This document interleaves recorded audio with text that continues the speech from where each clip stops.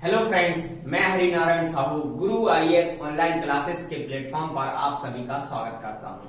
और इस कड़ी में मैं आपके लिए अगला वीडियो लेकर आया हूं। इस वीडियो के माध्यम से मैं आपके लिए आपातकाल समझाने वाला हूं, जो भारतीय राज्य व्यवस्था का एक आपातकाल है, इमरजेंसी जिसे बोला जाता है।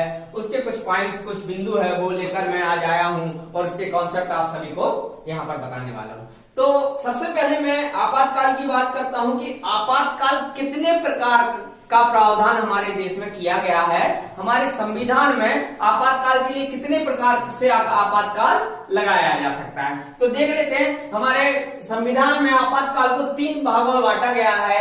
एक है राष्ट्रीय आपातकाल, दूसरा है राष्ट्रपति शासन, तीसरा है वित्तीय आपातकाल।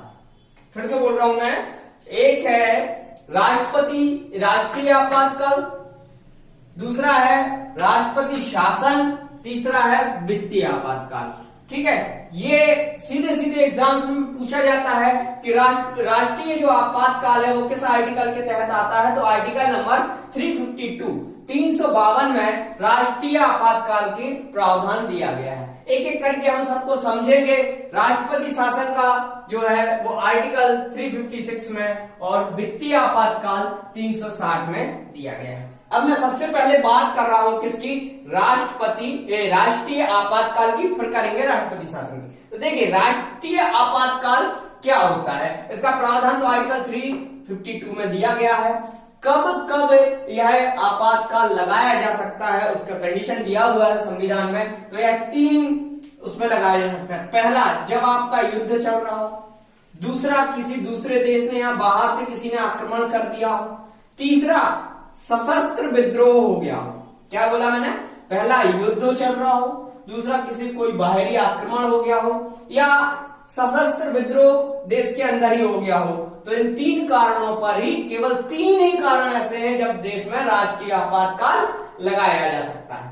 अच्छा, यहां पर मैंने लिखा है, पहले सशस्त्र विद्रोह के स्थान पर क्या लिखा हुआ था, यहां आंतरिक हलचल लिखा हुआ था। क्लियर, तो आंतरिक हलचल के स्थान पर बाद में, और बाद में कब, ये 44वें संविधान संशोधन के द्वारा सशस्त्र विद्रोह किया गया। आंतरिक हलचल क्यों किया गया, इसमें एक ऐसा कारण है। आंतरिक हलचल तो आप किसी को भी कह सकते हैं, अर्थात सरकार को इस वर्ड में छूट दी गई थी। आप किसे आंतरिक हलचल कह सकते हैं, जहां 2, 500, 1000, 5000 लोग धरना देने लगे या शासन के विरुद्ध नारेबाजी, पत्थरबाजी करने लगे, उसे भी आप आंतरिक हलचल कह सकते हैं। तो उसके बाद जब तक कहा गया कि इसकी जगह सशस्त्र विद्रोह किया गया, क्योंकि इस आंतरिक हलचल के स्थान पर माननीय श्री इंदिरा गांधी पूर्व जो हमारी प्रधानमंत्री रही हैं, उन्होंने क्या किया, इस आंतरिक हलचल का उपयोग करते हुए उन्होंने क्या, देश में इमरजेंसी या राष्ट्रीय आपातकाल लगाया। कब कब लगाया है अपन आगे देखेंगे उसके लिए, ठीक है ना।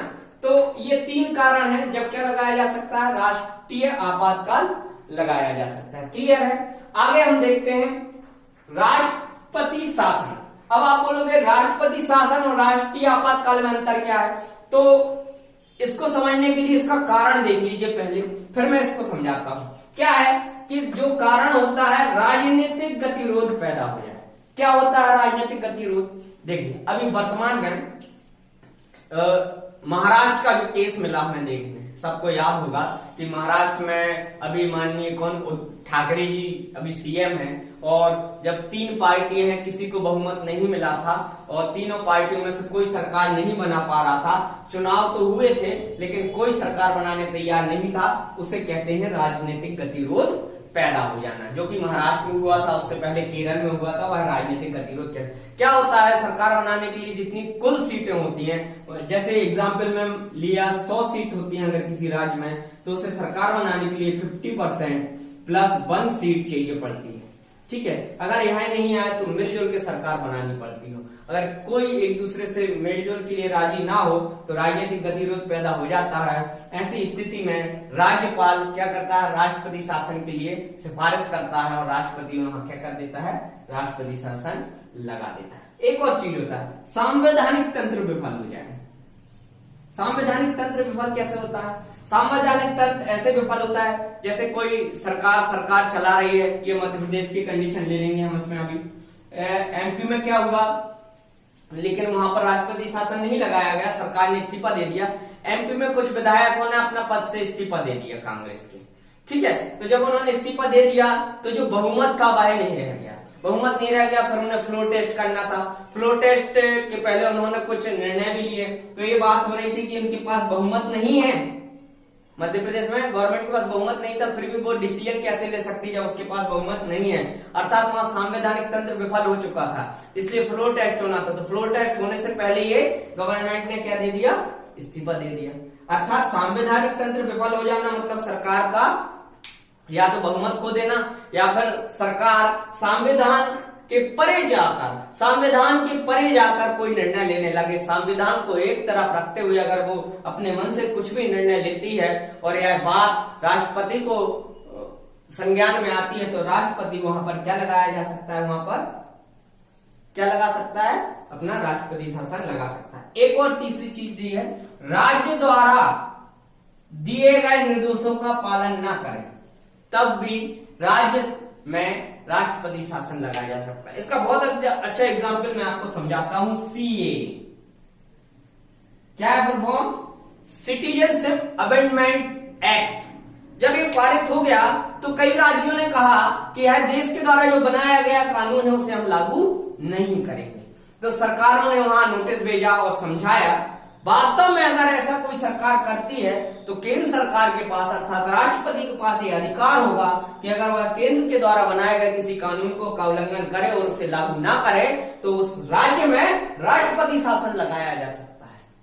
तो ये आप क्लियर रखिए। वो तो क्या है, तुरंत में ऐसा नहीं है एक ने मना किया तुरंत जाके राष्ट्रपति शासन लगाया। एक प्रोसीजर होती है, समझाया जाता है, उन्हें विश्वास में लिया जाता है, बात की जाती है, तब ना मिले तब ये लास्ट ऑप्शन होता है राष्ट्रपति शासन। तो याद रखना, कोई भी कानून अगर केंद्र सरकार बनाती है या कोई भी निर्देश केंद्र सरकार राज्य को देती है और राज्य सरकार उस निर्देश का पालन नहीं करती है तो केंद्र सरकार के पास और राष्ट्रपति के पास यह अधिकार होता है कि वह उस राज्य में उस राज्य सरकार को बर्खास्त करते हुए वहां पर राष्ट्रपति शासन लागू कर सकती है। क्लियर है? कौन कितने समय के लिए रहता है यह भी मैं अभी समझाने वाला हूं। अगली बात करते हैं वित्तीय आपातकाल की, फाइनेंशियल इमरजेंसी की, जो आर्टिकल नंबर 360 में दिया गया है। और इसका कारण हम अगर जानते हैं तो वित्तीय व्यवस्था विफल हो जाने पर या क्रेडिट या साख पर उत्पन्न होने वाली जो भी दिक्कत है वह उस पर हो जाने, इसको समझाते हैं। ठीक है, अब हम वापस इस पे आते हैं। राष्ट्रीय आपातकाल जो होता है, इस राष्ट्रीय आपातकाल को लगाने से, ठीक है लगा दिया, मान के चलो युद्ध हो गया, बाहरी आक्रमण हो गया, सशस्त्र विद्रोह हो गया और देश में राष्ट्रपति ने राष्ट्रपति शासन लगा दिया तो होता क्या है, चेंजेस क्या आते हैं राष्ट्रपति शासन में, ये समझना इंपॉर्टेंट है। या राष्ट्रपति शासन किसी राज्य में लगा दिया गया तो क्या होता है, इस चीज को समझते हैं। क्लियर है? आप इतना नोट डाउन कर लीजिए।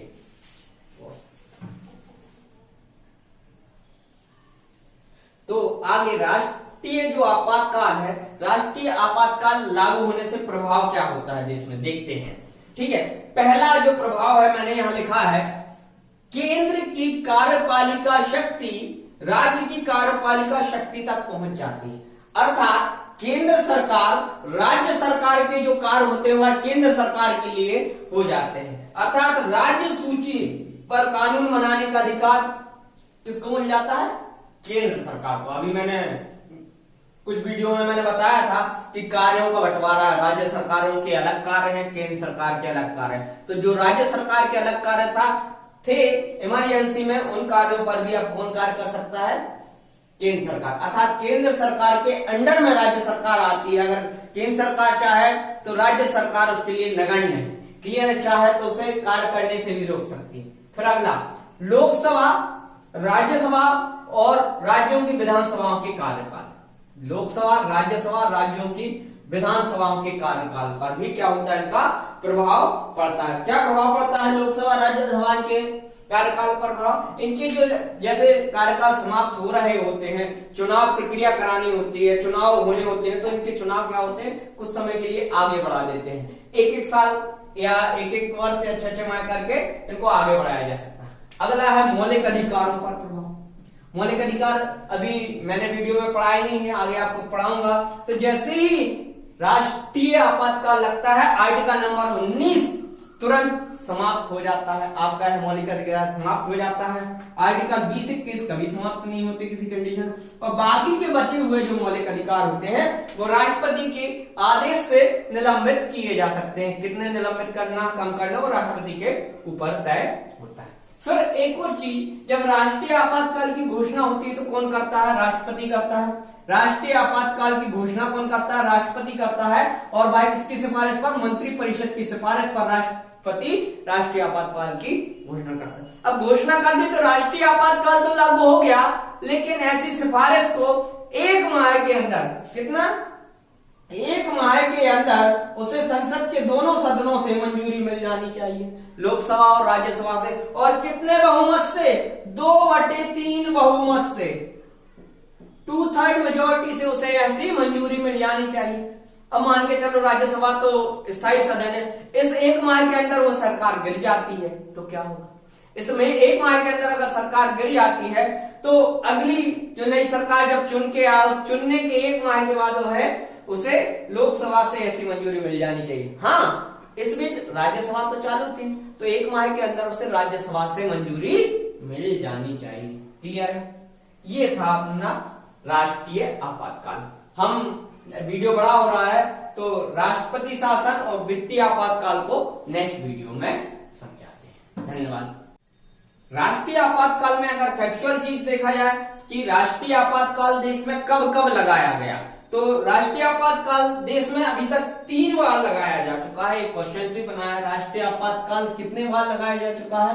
3 बार देश में लगाया जा चुका है। कब कब? एक 1961 में, एक 1971 में, एक 1975 में। तो देख लेते हैं कब किस कारण से लगाया गया। 1961 का जो राष्ट्रीय आपातकाल था वह चीन के द्वारा भारत पर आक्रमण किया गया था, उस समय लगाया गया था, और इसकी समाप्ति 1968 में। 1961 में लगाया गया, 1968 में इसकी समाप्ति हुई। उस समय ये भी पूछ लिया जाता है कौन राष्ट्रपति था जब लगाया गया था, वह पूछा जाता है। जब लगाया गया था डॉक्टर राजेंद्र प्रसाद राष्ट्रपति थे और प्रधानमंत्री जवाहरलाल नेहरू थे। और अगला लगाया गया 1971 के समय भारत पाकिस्तान युद्ध जब हुआ, समाप्त हुआ है 1977 में। बहुत लंबा चला, राष्ट्रपति इस समय बीबी गिरी थे, प्रधानमंत्री इंदिरा गांधी थी। और अगला लगाया गया 1975 में, कारण था आंतरिक हलचल। मैंने अभी कुछ ही देर पहले बताया कि आंतरिक हलचल के स्थान पर सशस्त्र विद्रोह किया गया संविधान संशोधन करके, यह भी समाप्त हुआ 1977 में। अर्थात ये दोनों 1977 में समाप्त किए गए। इस समय जो राष्ट्रपति थे वह थे फखरुद्दीन अली अहमद और प्रधानमंत्री इंदिरा गांधी थी। अभी तक 3 बार ही राष्ट्रपति शासन देश में लगाया गया।